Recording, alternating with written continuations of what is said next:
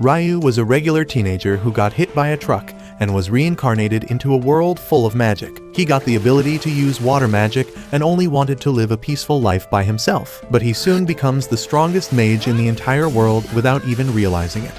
Ryou, a 15-year-old boy, suddenly finds himself in a strange white place, and as he wonders what is going on, a tall blonde guy arrives there, telling him that he is dead. Ryou suddenly remembers getting jumped by Truck Kun and asks the blonde dude if he is God. He replies that he is more like an angel who is here to send him to another world. Ryou can't believe that he gets to be Ice Guide, and the angel tells him that he can live as he wants in his next life. Well, Ryou is a chill guy and he just wants to live a slow and peaceful life.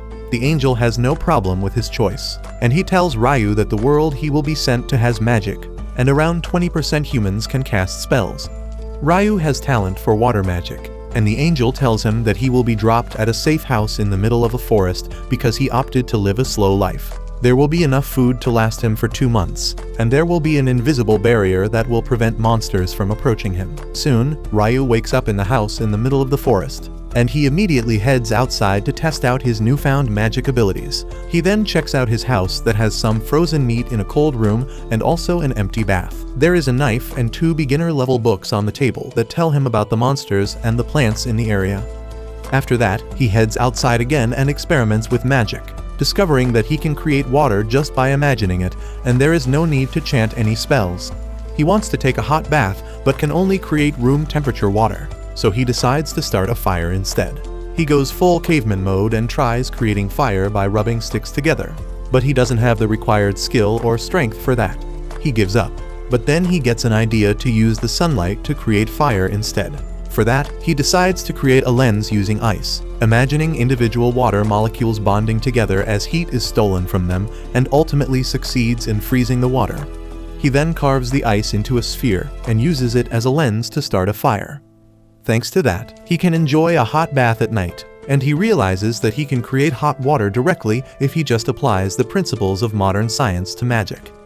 The next day, as he has some dried meat for breakfast, Ryou thinks that he must increase his offensive power because he will need to hunt monsters once he runs out of stored food. He starts by practicing to shoot a water ball at a tree, and even though he can hit his target in the first attempt, it doesn't do any damage. He is not discouraged by that and decides to shoot out a high-pressure water jet because that will have enough power. However, he can't put enough force in the water jet to reach the tree, and it just seems like he is peeing from his hand.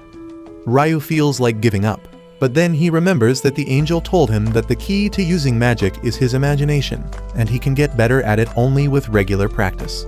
So Ryou keeps practicing shooting a water jet till he can consistently hit the tree, and at night, he is able to generate hot water directly.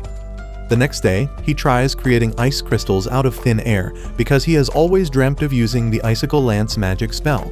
However, shooting an icicle is even harder than shooting water, but Ryou keeps practicing it along with his other water magic variations.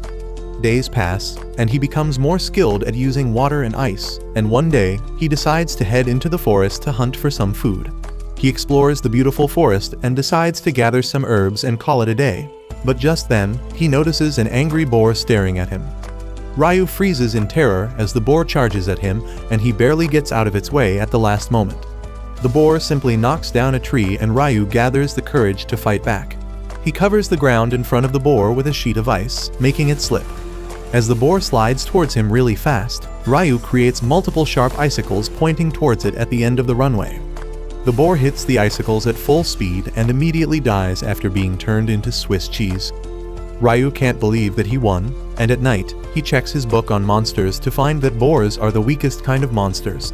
He then notices that even though the book talks about beginner-level monsters, there are 2 special entries at the end.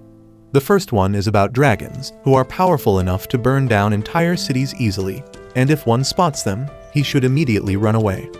The second page is about demons, who are beings of unknown origin, and the book just tells everyone to pray that they never run into a demon because that means instant game over. Ryou realizes that the world is too big and he needs to get stronger fast. So the next day, he ditches his clothes to go full Tarzan mode and ventures into the forest again. This time, an assassin hawk attacks him and he barely dodges its first attack. The huge bird then sends invisible wind slashes towards him, and Ryou realizes that this monster is way out of his league. He runs away, creating ice blocks behind his back to block the wind slashes, and then shoots water jets at the bird. The assassin hawk dodges everything and then charges towards Ryou at full speed, but he creates an ice wall at the last moment, blocking its attack. The bird loses one of its eyes because of the collision, and it decides to retreat this time, much to Ryu's relief. However, while he was running away from the hawk, Ryou lost his sense of direction. As he tries reaching his house, he suddenly finds a glowing lake with a headless knight standing on the water's surface along with a headless horse. Ryou is stunned to see this, and then the headless knight turns its attention towards him. Luckily, he returns home in one piece and continues exploring the forest after that, fighting stronger monsters and mastering his attack magic. At night, he goes to the lake again, where the headless knight is waiting for him. Ryou could not find anything about headless riders or Dullahans in the book, and he wonders if it is because they are high-level monsters or if they are not considered monsters at all. However, none of that matters because he is here to spar against it. Ryou attacks the headless knight with a sword made of ice, but he can't manage to land a single strike. He keeps taking hits instead, but blocks them all with an ice shield. He eventually gets exhausted and falls on the ground, but the headless knight doesn't attack him because it is actually training him. As he gets up, the headless knight comes towards him, holding a small crystal knife. The knight coats the knife in water and then freezes it, turning it into a sword of ice. It gives the sword to Ryou, who realizes that the headless knight is asking him to master this technique. Soon after that, Ryou runs into the assassin hawk he fought earlier, but this time, it has evolved into a stronger version of itself, but also lost all its rights. The evolved hawk sends wind slashes at Ryou, who creates ice walls to block them instantly. He barely manages to avoid getting hit by the attacks that tear through his shields because they are much stronger than the last time. Ryou is forced to run away, and he can only block the hawk's attacks. The hawk suddenly speeds towards him, and Ryou somehow stops its attack by piling multiple ice shields in front of him. He tries to hit the hawk with icicles, but that doesn't work out either, and then the hawk uses a sonic attack to immediately cancel his ice shields. Ryou realizes that he is in trouble now, but then the hawk shocks him both figuratively and literally by attacking him with a thunderbolt. The monster swoops towards him to finish things, but Ryou manages to pull out his crystal sword and parry its attack. He can even slash away the invisible wind attacks sent by the bird, and when it swoops towards him again, he manages to stab it through the chest. The hawk falls to the ground and Ryou walks towards it, realizing that he just met the monster twice, but they developed a really strong bond. He thanks the hawk for motivating him to grow stronger and then pulls out the sword to let it bleed to death peacefully. Ryou then begins to head home, but then to his surprise, a dragon comes there. He figures that it is going to be his last day in this world, but surprisingly, the dragon starts talking to him through telepathy. The dragon asks him if he saw a black hawk and Ryou panics, thinking that he might have killed the dragon's minion. Luckily, the dragon seems pretty chill about it and even compliments Ryou on his achievement. He then points that the weapon he is carrying is quite rare, because it is the sword of the Fairy King. Ryou can't believe that, and he decides to learn more about the world from the friendly dragon who introduces himself as Lewin. They talk all day, but in the evening, the dragon gets called home, and he tells Ryou that they might meet again someday. On the other hand, the angels. A few weeks later, Ryou starts craving seafood, so he visits the beach, but he is shocked to find a shipwreck there. He quickly finds a man near the ship, and on checking him closely, Ryou finds that he is not alive anymore. Suddenly, he hears a man groaning and his eyes brighten, because this is the first human he has met since coming to this world. The man named Abel has flashbacks of a giant octopus monster attacking his ship during a storm, which caused him to fall into the ocean. But when he opens his eyes, he finds himself in Ryou's house. He realizes that he made it out safely somehow, and immediately starts searching for others. As he leaves the house, he becomes even more confused because he has no idea where this place is. And just then, Ryou approaches him from behind. Abel is shocked because despite being a fairly skilled warrior, he could not sense Ryou coming. He is also shocked by his dressing sense, but decides to be polite and not talk about it at first. Abel introduces himself to Ryou and thanks him for saving his life. Ryou replies that he could only save him, and everyone else was already dead when he found them. Abel tells him not to worry about those guys because they were smugglers, but before he can elaborate, his stomach starts growling. Ryou tells him that they can talk over a meal and leads him inside, where Abel the nosy quickly brings up the topic of his clothes. Ryou tells him that he has no other clothes and no fabric to create new ones, and Abel tells him to just buy some. He immediately stops, thinking that Ryou must be too poor to afford buying clothes. But Ryou lessens his guilt by telling him that there are no people who live in this area besides him. Abel then asks Ryou if he hunts for food, and he affirms. Next, he asks if he uses the knife for that, but Ryou shows off his water magic, saying that he does most of his hunting using magic. Abel is impressed because only half the people in the world can use magic, and he is among the other half that can't. That is surprising news to Ryou because the angel told him that only 20% of people can use magic.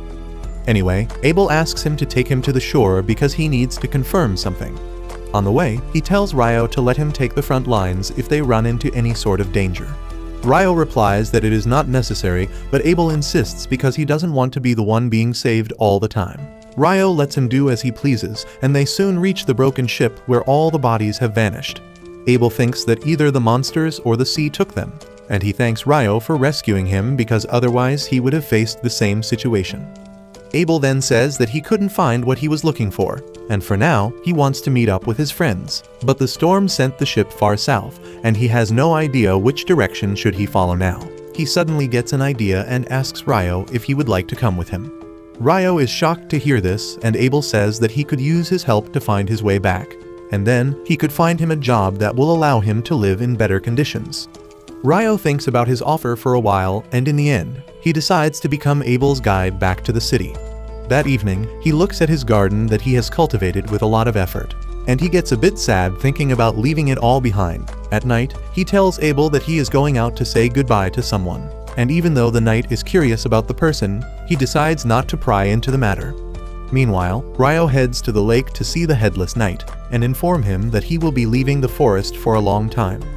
He thanks the knight for teaching him how to fight and then takes out his knife, saying that he will fight extra hard tonight.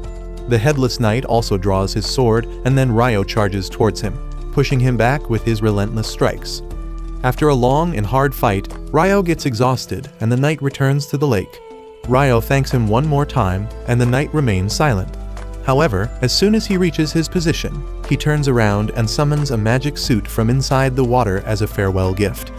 Ryou gets sentimental on receiving the suit, and he once again thanks the headless knight before returning home. The next morning, Ryou and Abel get ready to depart on their journey, and Ryou starts feeling nostalgic about leaving the place he has spent so much time in. Soon, they run into a wild boar in the forest, and Abel asks him to let him handle it. He dashes towards the boar with his sword drawn, and then uses a combat skill to turn the poor animal into a donut. Ryou is amazed and asks what are combat skills, and Abel explains that people who fight with weapons use combat skills. They camp in a hollow tree at night, and the next day, they resume their journey through the forest. They come across some lizardmen in a swamp, and Abel decides to change the route instead of crossing paths with them because they are quite strong. However, Ryou can sense that the lizardmen are following them even after they change their path, and Abel gets ready to fight them. Ryou tells him that there are too many of them, and he will use his magic to fight too. Abel thinks that Ryou won't be able to fight without his staff, but he is shocked when Ryou blitzes 4 lizardmen with his icicle lances. After the fight ends, Abel asks Ryou about the spell he just used. He replies that it is just the regular icicle lance, but Abel tells him that his wind mage friends can only cast 1 attack at a time when they use magic, but he summoned 4 icicle lances at once. Ryou tells him that it must be a problem of the wind magic because this is pretty normal for water magic. Abel decides not to think about it that much and says they should continue their journey, but before that Ryou creates 2 glasses using ice and summons water in them. Abel notices that he used a different incantation this time, and Ryou covers it up by saying that he must have heard it wrong the last time. After that, Abel gives Ryou a coin, and he excitedly says that this is the first time he is seeing money. Abel is dumbfounded because he always thought that Ryou was poor, but he never imagined him to be this poor. He then starts telling Ryou that there are 3 major countries in the Central Plains that include the Kingdom of Nightly, the Debuhi Empire, and the Handelu Federation. Ryou starts throwing shade on the Debuhi Empire because he doesn't like the name, and while he keeps talking about the stupid name, they reach a vast clearing. Suddenly, they notice a rock near them move on its own, and Abel quickly slashes it in half. Ryou also puts up a water shield to block the stones speeding towards them, and Abel realizes that they just walked into a nest of rock golems.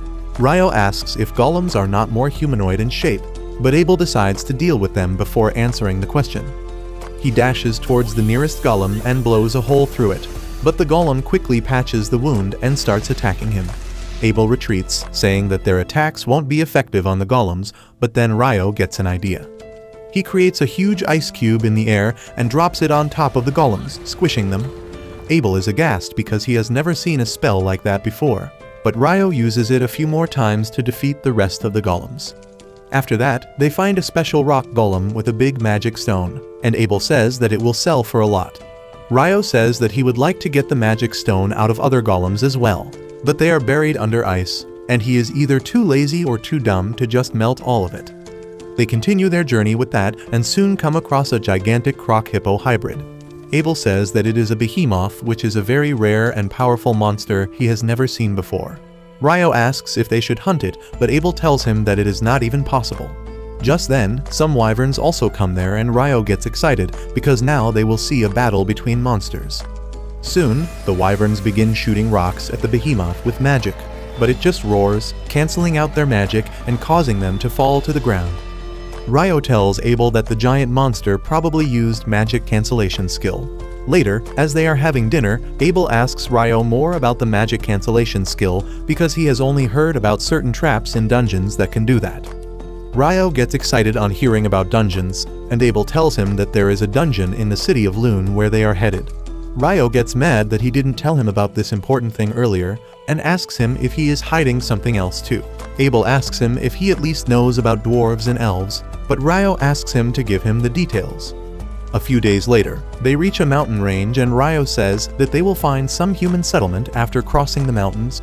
Abel asks him how can he be so sure, and Ryou wonders if he should tell him that he met a dragon who told him a lot about this world. He decides to keep it a secret in the end, saying that it is knowledge beyond human comprehension. Soon after that, they hear a strange sound and both of them get ready to fight. However, when a powerful monster called Griffin approaches them from the sky, both Ryou and Abel freak out. Abel starts having a panic attack, but Ryou quickly solves the situation by throwing a chunk of meat up in the air. Abel apes his act, and the griffin collects both pieces in its mouth before flying away. The boys heave a sigh of relief after it is gone, and they agree that they wouldn't have lasted long if they picked a fight with something so strong. As they continue their journey, Abel says that no human has encountered behemoths or griffins in the past 100 years, and the tall mountains must be stopping them from reaching human settlements. That reminds Ryou that the wyverns who fought the behemoth came from the north, which means their nest is nearby. He turns out to be right as they soon find some wyverns feeding on a monster.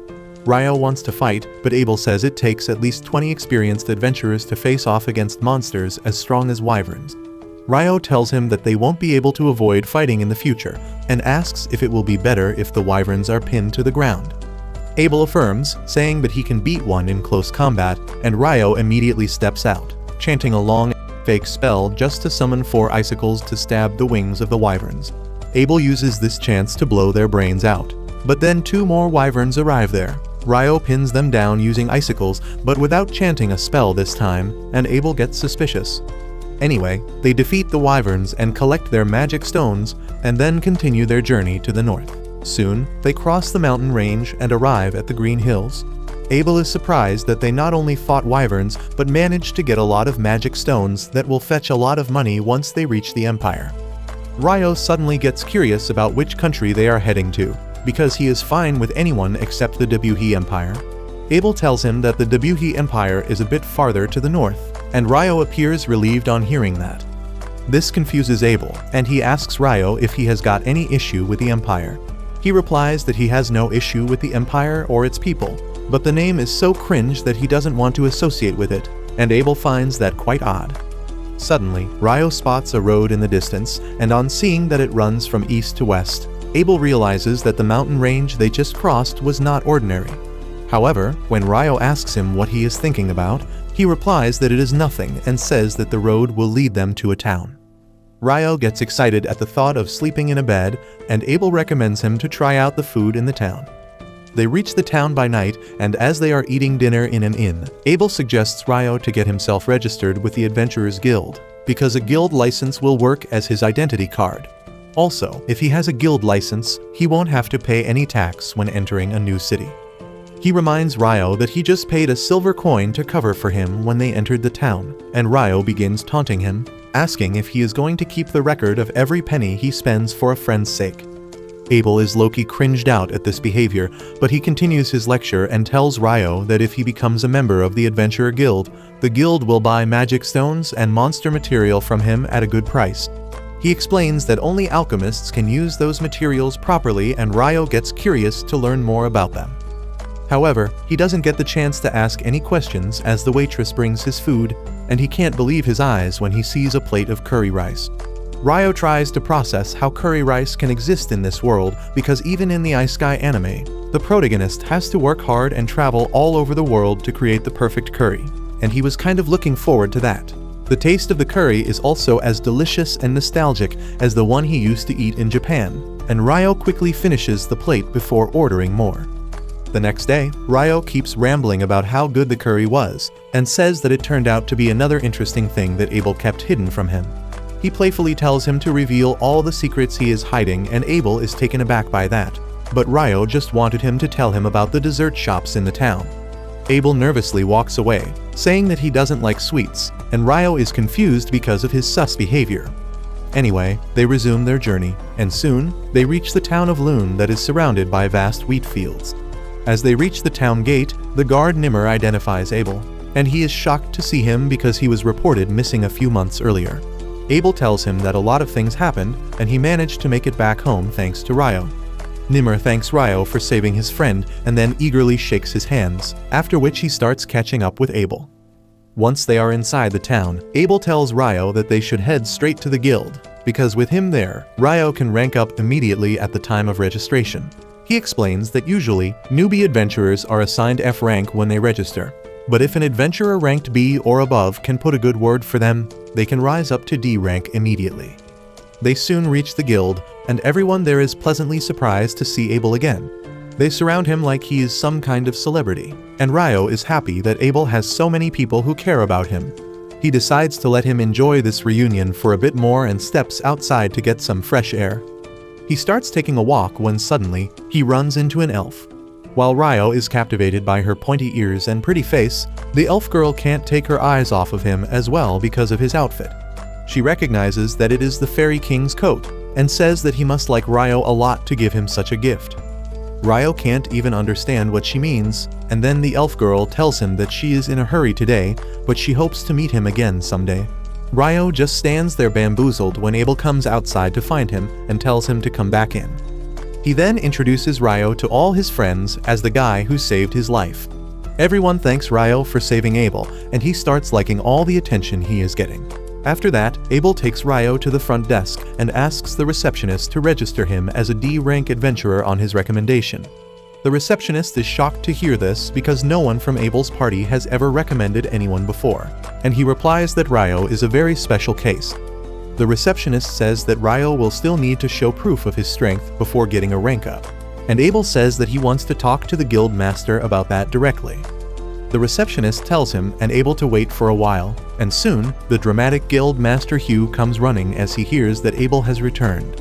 Abel then introduces him to Ryou and says that he wants him to take the rank-up exam. Hugh replies that they will need to test his strength for that, and Abel replies that Ryou is stronger than him, which the guild master finds really hard to believe.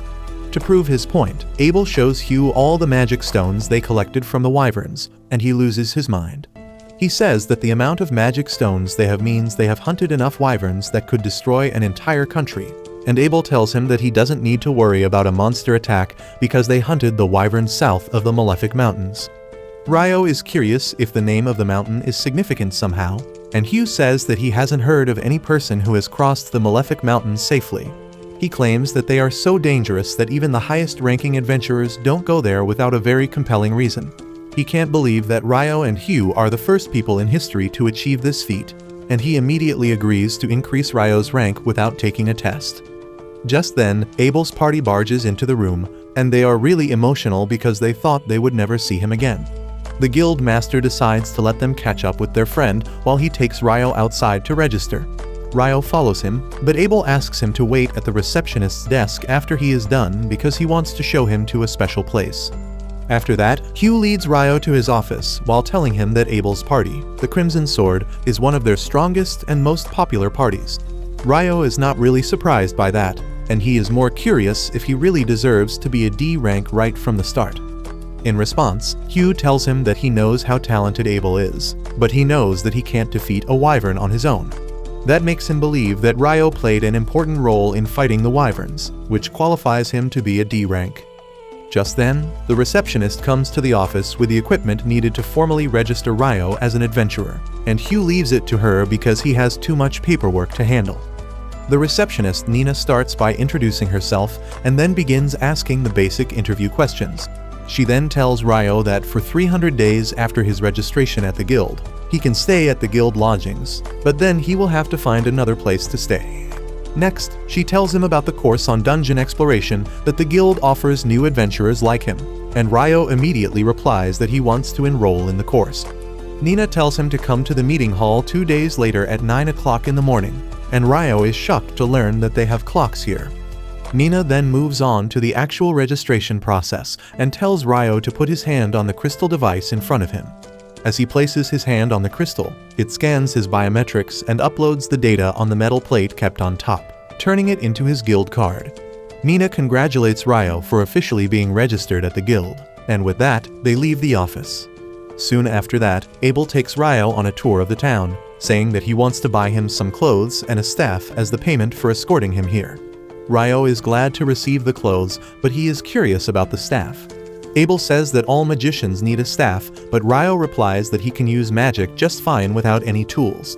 He adds that he also uses a sword when he has to fight melee, so a staff wouldn't really help him out much.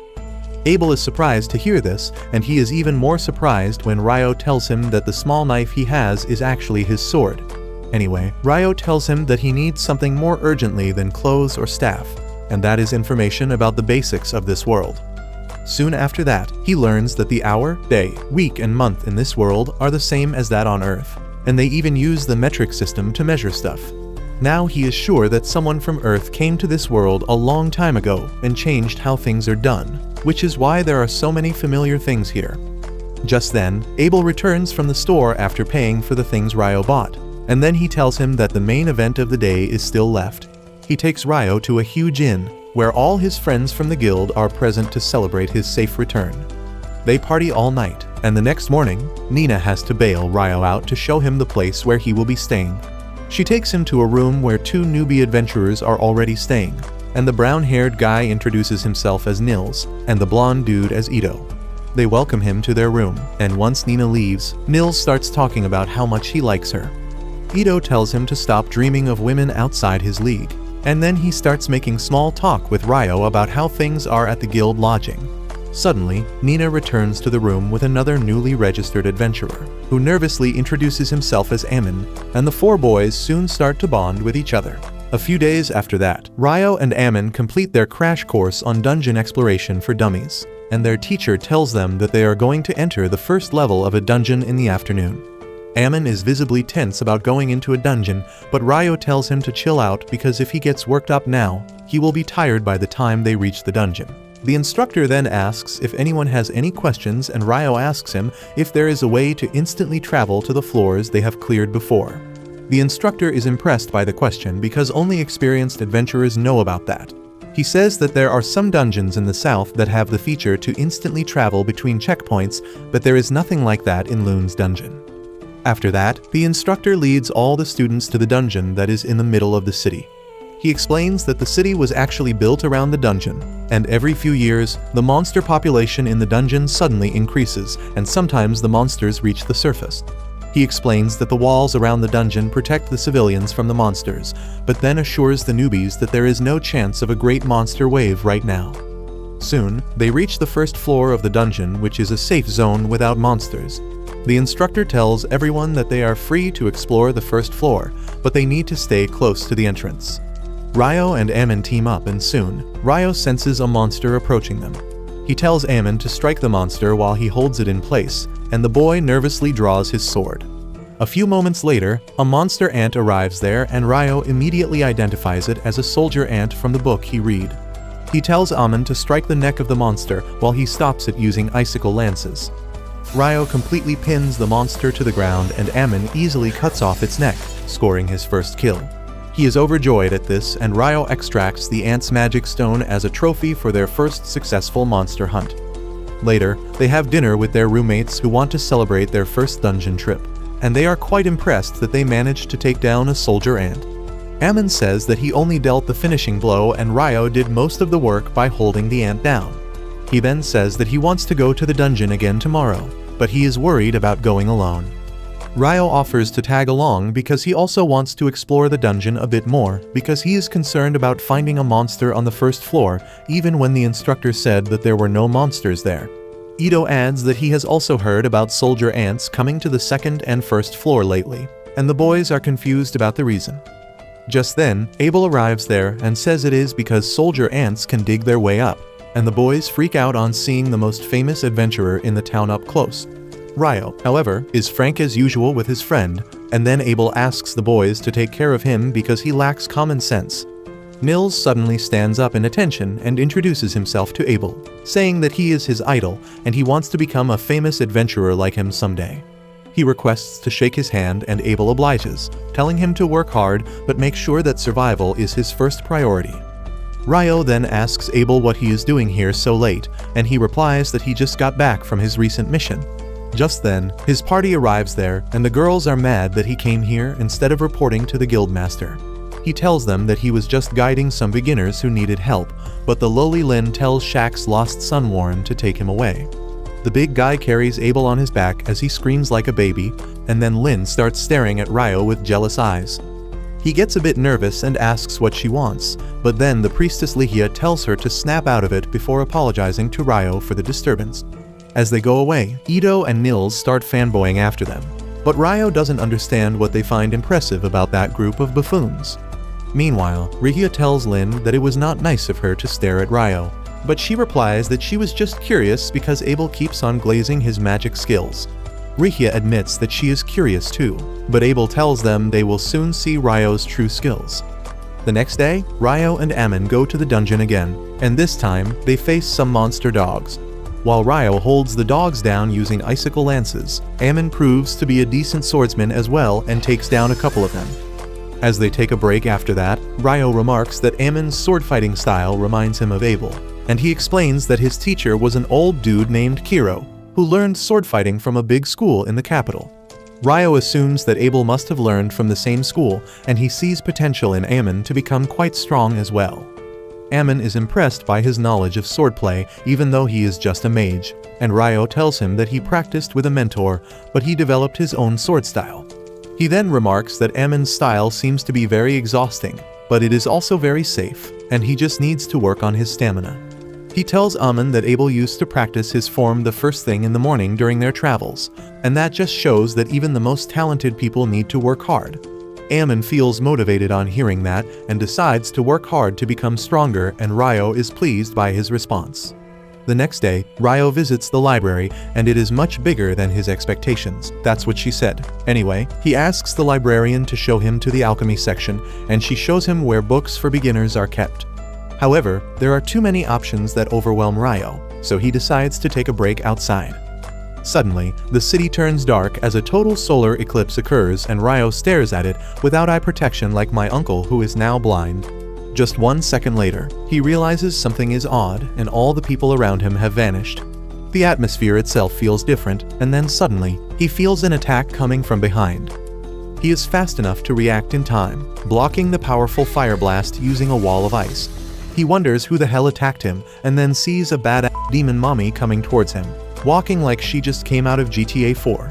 She is quite amused to see a human in her space and decides to have fun defeating him. Ryou realizes that he is facing a demon now, and he is quite sure that she is the strongest being he has ever seen in this world.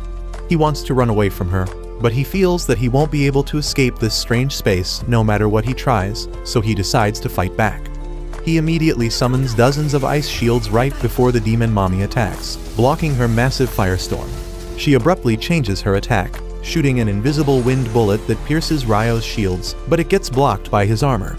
The demon can't process how a human armor can block against her attack, but as she looks closely, she finds that Ryou is wearing the Fairy King's robe. She realizes that he must be an impressive mage to have such gear and power to block her attacks, so she decides to cut him down using her sword instead of magic. Ryou also draws his ice sword and blocks her attack.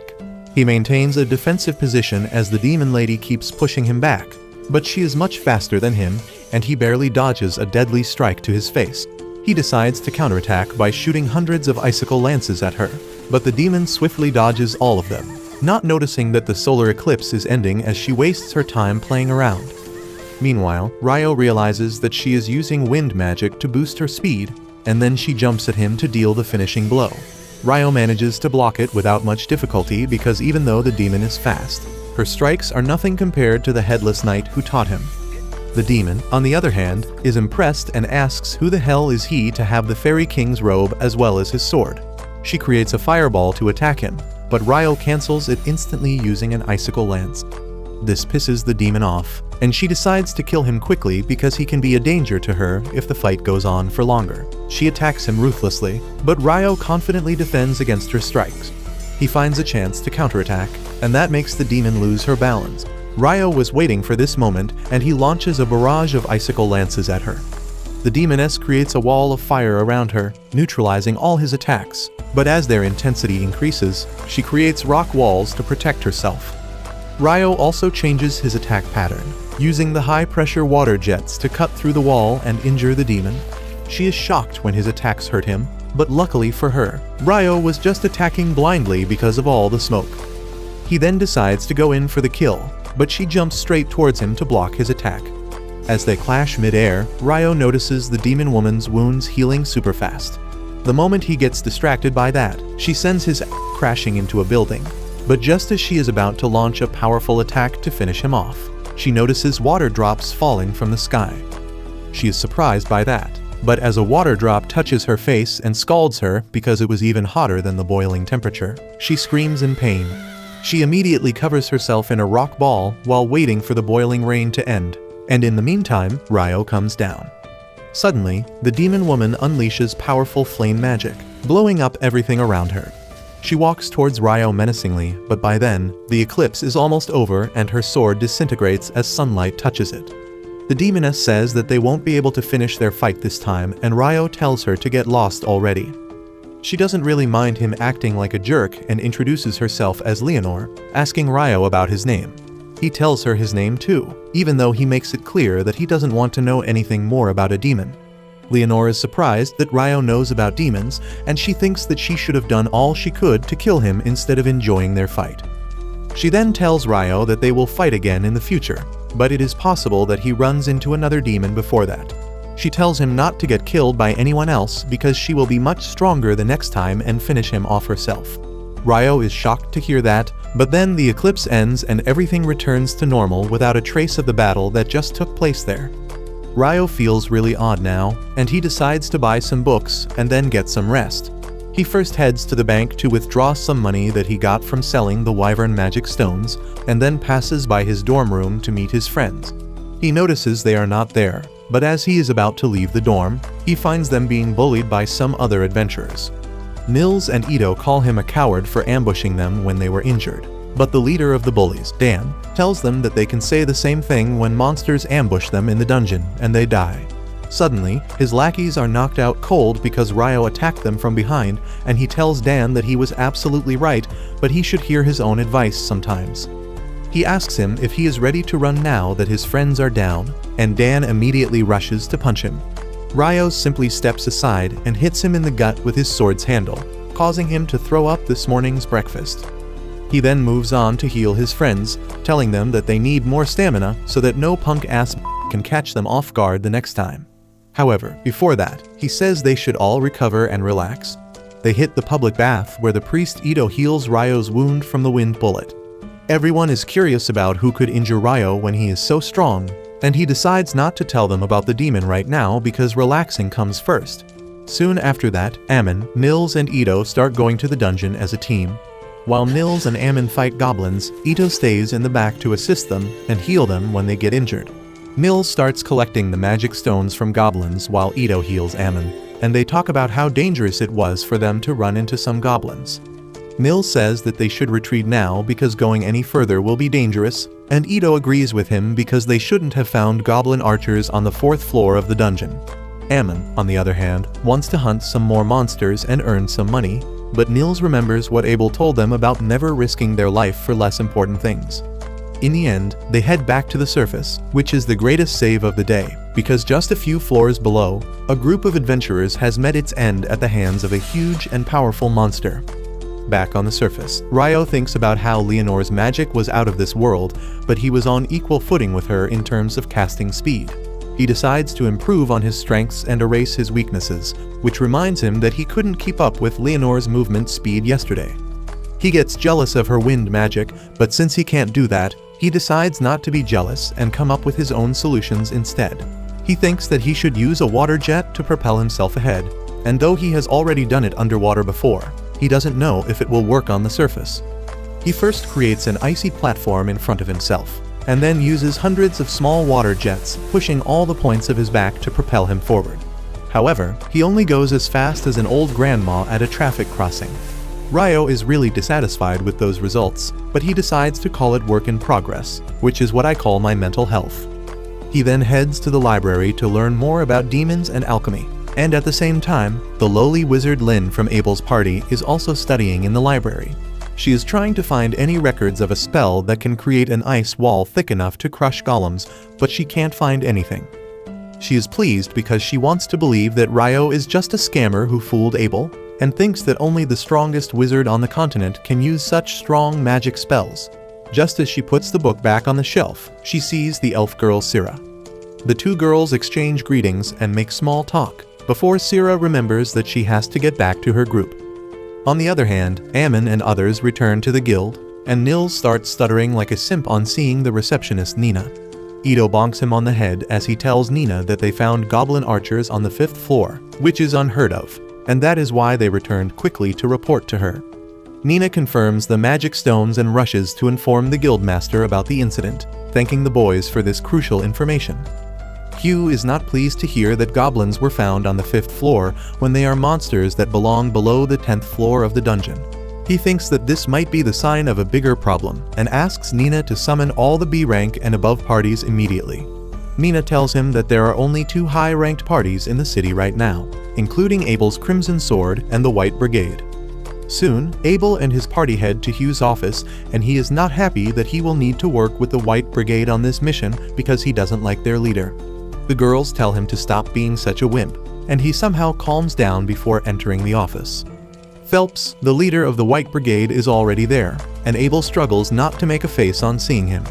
Once both of them sit down, Hugh explains that goblins were found on the 5th floor of the dungeon, and the information is fully reliable. He says that both Crimson Sword and White Brigade need to enter the dungeon and investigate it for any signs of a monster outbreak. He says that the last outbreak happened 10 years ago, and even though it is quite early, there are chances that another outbreak is on the way.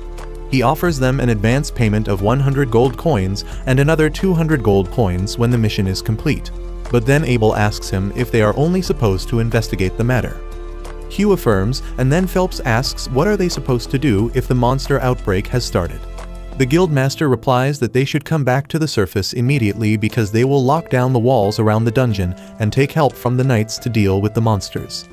He tells them that he has already informed the Lord and the Knights' headquarters about this, because if it is really a monster outbreak, they need to be fully prepared for it.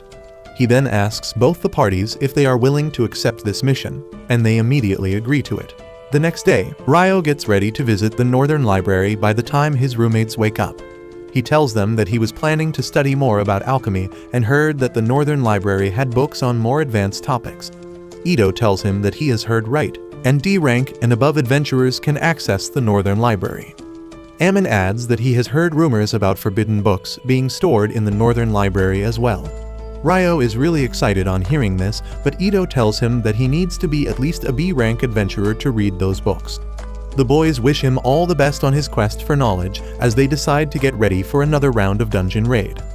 Ryou soon reaches the Northern Library and immediately likes the vibe of the place. He begins looking around to find the books he needs and thinks that if he asks someone to show him the books about demons, they will surely freak out. However, just as he climbs the stairs to the first floor, he sees the elf girl Sira there, and he is immediately smitten by her. On the other hand, Hugh and the two high-ranked parties have reached the gates of the dungeon. Just as they are about to open the door, Abel stops Hugh because his instincts tell him that something is wrong. He asks Lynn to use her wind magic to scan the first floor for any monsters, and she immediately finds hundreds of monsters waiting for them right in front of the gate. Everyone panics on hearing this because this is enough proof that the great monster outbreak has already begun. Hugh orders everyone to fall back and contact the knights and the guild. In the guild, Nils and others see the notice that the dungeon has been closed, and they think that it is because of the goblin archers they found. Just then, a man comes running there to announce that a monster outbreak has started and all the adventurers are to get on the walls surrounding the dungeon to stop the monsters. On the other side, Ryou and Sira have been staring at each other while all this happened, and then she finally says that they meet again. They introduce themselves and then Sira asks if he is looking for anything special. Ryou almost blurts out that he is looking into demons, but covers it up and says that he wants to learn alchemy to create golems. Sira is impressed by his ambition because creating golems is not easy, but she tells him that there are no books that deal particularly with that. However, she asks him to follow her because she can tell him which books will help him the most as she knows almost everything about this library. They start talking about books and adventuring on the way, and Sira reveals that she is the sole member of a B-rank adventurer party called Wind. Ryou remarks that a friend told him that there was only one elf in the city, and Sira tells him that elves don't mingle with humans, but she is an oddball. On the other hand, all adventurers in the city have reached the dungeon walls, and soon, the monsters break through the heavy gate. Hugh commands everyone to attack them using magic and arrows, starting a fierce battle against the goblin army. The knights also join them soon, and the situation looks under control, but Hugh is worried because there are more monsters than he saw in the last outbreak. In the meantime, Abel's party runs out of arrows, but just then, Nils brings a barrel full of arrows to him along with a message from Hugh that his party is supposed to take down the boss monster after the wave of mobs ends. Soon, almost all the goblins are down, and Hugh commands Abel and Phelps to lead their parties into the battle. They jump down from the wall and Lim uses wind magic to slow down their landing. They rush ahead, dealing with the remaining goblins quickly before reaching the door and waiting for the boss. Soon, a goblin general comes out of it, and they think that it will all end once they kill him. However, two more goblin generals come out after him, and Abel realizes that they are dealing with a goblin king here. He says that they need to deal with the goblin generals before the goblin king arrives because they will become too strong otherwise. He decided that he and Phelps will take down one king each, while Lin and Lihia will take the remaining one. They begin fighting the generals, and Abel manages to cut off his enemy's arms, when suddenly, he spots the Goblin King at the entrance and yells at everyone to get down. The very next moment, a powerful wind slash comes out from the dungeon, killing the Goblin generals in one hit. Everyone is shocked by the Goblin King's strength and ruthlessness, but Abel and Phelps know that they are the only ones who can fight it. They team up to attack the Goblin King together, but their weapons fail to pierce his armor. Suddenly, Abel dashes straight at the Goblin King, using his skill to turn into a ghost so that he can dodge his attack. He then reaches closer to him and uses his combat skill to pierce his heart, but fails to finish the job. The Goblin King tries to attack him, but Abel commands Lin to finish him off as he vanishes again. Lin's wind spears pass through him and hit the Goblin King, taking him down. Everyone is relieved on seeing that they finally won, but they do not know that things are far from over as something even more dangerous is still inside the dungeon. But that's where this video ends. Remember to like and subscribe to the channel. Thanks for watching, and I'll see you next time.